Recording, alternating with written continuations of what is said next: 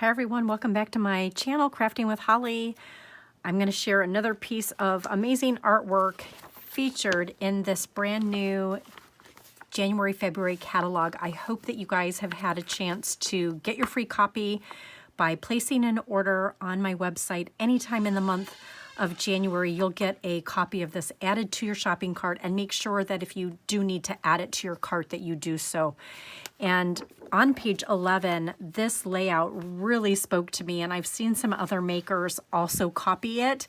And I thought, you know what, I have to try and make this. And so not only did I recreate this particular layout, but I also came up with a companion page to go with it. And this is what it looks like. And it comes from the how-to book, Make It From Your Heart, Volume 6. And this is the pattern that I copied. So I can't wait to share that with you as well. So what I first want to do is talk to you about all of these pieces and what I stamped. And I actually want to walk through and show you how to stamp this piece right here, which is this fabulous border. And I did a practice run just to kind of see what it looked like. And this is what those little dots look like. Here, I'll share the carrier sheet with you, which is right here. And then here's the solid. And at first I thought that I was going to have to use two different colors, but in the end I didn't have to. I was able to use Ballerina on both of them. So I can't wait to share how to do that real quickly and easily. It just adds a really fun dimension and decorative element to your pages through stamping. And this is the stamp set that I'm going to be sharing and using today. It's the Let's Party Scrapbooking Stamp and Thin Cuts. And these numbers alone are so substantial. Look at how large they are. And I use them to create all of these parts to my title. And then the happy is right down here. And then the years came from this piece right here, and I actually layered it with two different colors. I stamped it first in the white, and then I stamped it in Ballerina, and then I layered it again. So that is just a really fun thing that you can do with your stamps. So let's go ahead, and I'm going to just move these things out of the way. And just to also mention, this is the border that I used for my layout. In the actual artwork from Close to My Heart, they stamped a circle thin cut, and then they stitched around it and did some ink distressing. I decided to keep it simple and use a thin cut because I love this thin cut, and I've had it for so long, and it's still available in our catalog. It's actually part of our Essentials catalog, and it's just a really great thin cut to have in your arsenal. And it typically makes shaker windows. So I'm just showing you how you can use it outside of its original form. So I'm going to go ahead and move these things off to the side, and I'm going to speed up the video too so that I don't have you here for an hour and a half. So let's get going. So starting with the left page, I'm just going to gather all of the clusters that I've stamped and cut out and put them into respective piles so that I can find them when I'm ready to put them together. And this is a 5x7 photo, and I used glitter paper on the mat, which is a little bit different than what the corporate office used. And then we're going to start doing the stamping with that really fun check stamp using Ballerina ink. And if you ever run into a situation where your ink dries out like I did, this is a great way to re-ink your ink pad. So we're going to start with the solid stamp first.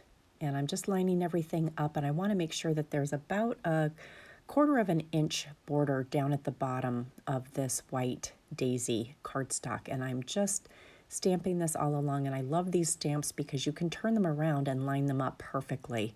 That's the way they created this stamp. And now we're going to use those little bitty dots and fill in those spaces. And it really is a quick and easy process. Doesn't that just look so fabulous? And it lines up beautifully. So now what I'm going to do is attach the zip strip banner, and then I'm just going to trim that off with my scissors. and I'm butting that right up against the check border that I created. And I'm just making sure that it lines up before I trim that. And so now we're ready to take the Ballerina cardstock. You can see that I'm using the dark side of the cardstock and just attaching that with the Close to My Heart adhesive, which I'm really, really enjoying. Haven't used it before and just started using it, and I love it. It's very forgiving if you need to move things around. So now I'm just lining up these pattern pieces of the Let's Party cardstock to see exactly where I want to place them. And I'm using my Versamat, and I'm trying to keep it between the 1 and 11 inch mark. And I decide after sticking these down that they need to just come down just a little bit more because we want to have room for the 1, 2, 3, 4, and 5, which is part of my title up at the top. So I just adjusted that just ever so slightly. And now that I've got those down, I'm going to use some glue dots to attach the photo of my daughter and her party peeps onto the glitter paper. I find that glue dots really work the best. And then I'm just attaching that with some regular adhesive. Lining that up where I want it. And now we're going to start building the cluster. And I'm attaching the Ballerina stitched circle thin cut, shaker thin cut, onto the White Daisy piece of cardstock with some liquid glue. I find that that works really the best. I love this glue. It's so forgiving. And it doesn't leave your fingers really sticky. And I'm just using a block to kind of press down on that. And then I'm using glue dots to attach the ST, the ND, the RD, the TH to my numbers. Those really cute banners, and I loved how that turned out. And then once I get those all attached, then I will start building that cluster in the top left quadrant of this layout. And I personally left a little bit of a white border around those banners. Unlike the example in the idea book, they cut very close to the color, but I really love that white border around them. And then the happy birthday, I'm using glue dots, or not glue dots, but 3D foam tape to pop that up. I just felt like it needed just to be raised a little bit so I could tuck in the numbers underneath it. So now I'm just staggering those numbers where I want them, kind of overlaying on top of the pattern paper as well as the White Daisy cardstock, and just staggering them. And I'm just using regular adhesive to stick those down. And then ending with the 5th. And then once I do that, I'm going to take that little tiny image. I don't even know what you would call it, but it almost looks like a little pom-pom. And I'm stamping those around the numbers. And you'll see that I have to lift up the number just ever so slightly so that I can get that tucked in. And then I'm going to do one over by the 5th. And I'm just moving my page and lifting up so that I can carefully tuck that in. And then I love using these clear sparkles to just add a little accent on the inside of those stamped images. And I love our nonstick scissors for lifting those up. And so you can see that I've pretty much created exactly that title, just like the idea book. So now I'm going to start building the bottom cluster. And I loved using that stamp. And so I just took a piece of Post-it note to stamp the image and not have the whole thing stamped. And you'll see when I go to glue the White Daisy piece, when I turn it around, you'll see that I first stamped it the way the idea book has the image, and I couldn't cover up the rest of that. So I was like, how do I do this? And I'm like, oh, I'll use a Post-it note and stamp on that and only get the candles. Do you see that? So that's just a little trick that I learned through a happy accident, right? So now I'm just tucking that down, and then I'm stamping, or excuse me, I'm attaching the present. And I layered that with the Ballerina cardstock and the White Daisy cardstock. And then I'm just tucking in these balloons.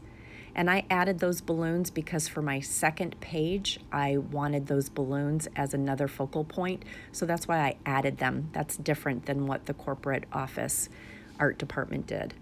And we're just attaching those cute little party hat, and now I'm just stamping randomly those two little icons. Again, it's a little bit different than the catalog, but it's because of my spacing on here is different. So I wanted to carry that same thing over to this side. So sometimes you have to improvise, right?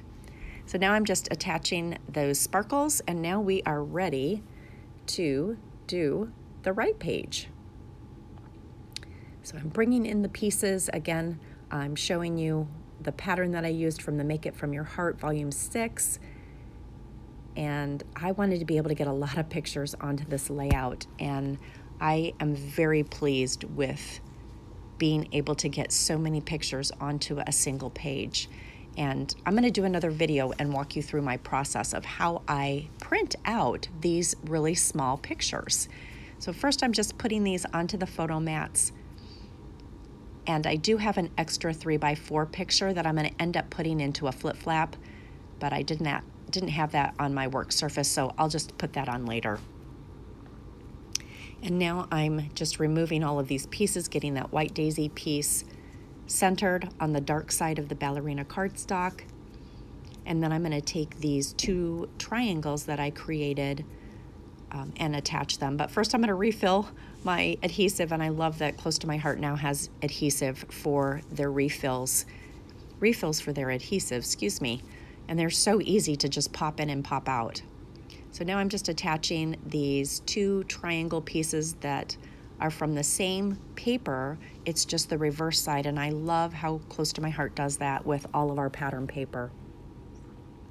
And then now I'm going to take those 3x4 pictures, and I'm going to mount them up at the top and just kind of stagger them on top of each other. And I'm just using the Make It From Your Heart Volume 6 as my guide, so I can just make sure that I'm following the pattern correctly. And now I'm taking these 2x2s and attaching them in the bottom left-hand side of this page. And just putting them in the order that I want them to be in. And just lining them up. Just takes a few seconds to do. And then I'm going to start building that bottom cluster after I build the top one. And again, I just took some extra icons, stamped them with ink in Sundance, and then also just cut out the balloon. And I did use a black journaling pen to go around those balloons just to add the stitching so that it had some cohesiveness with the stitched shaker circle. And now I'm just attaching that shaker circle. Goodness, say that 3 times. That's a tongue twister. Did the same thing on this one with those really beautiful little candles. Masked that before I stamped it. And now I'm just stamping that other little icon, just again to have some cohesiveness. And I love using a Post-it note when you already have your project put together and you want to add stamping. Use that Post-it note to add as a cover and a mask for the pieces so that they don't get ink on them. Just attaching some of those little clear gems. And now we're going to build the bottom left quadrant. Or excuse me, the bottom right quadrant. And again, just using some foam tape for the It's Just a Number, tucking in those balloons. And then also attaching foam tape. And I love that you can cut the foam tape with our nonstick scissors. Those are such a great tool to have in your craft arsenal. And then I cut a present out of black glitter paper, and then the party hat I cut with white daisy and then stamped with candy apple. And then I'm just attaching one of those little red stars, just again to balance the left page and the right page. And that's it. I hope you enjoyed seeing how to create a second page for a page that you see in the catalog, and I hope you learned something new. And thank you so much for joining me and following me and liking my channel. I'll see you next time.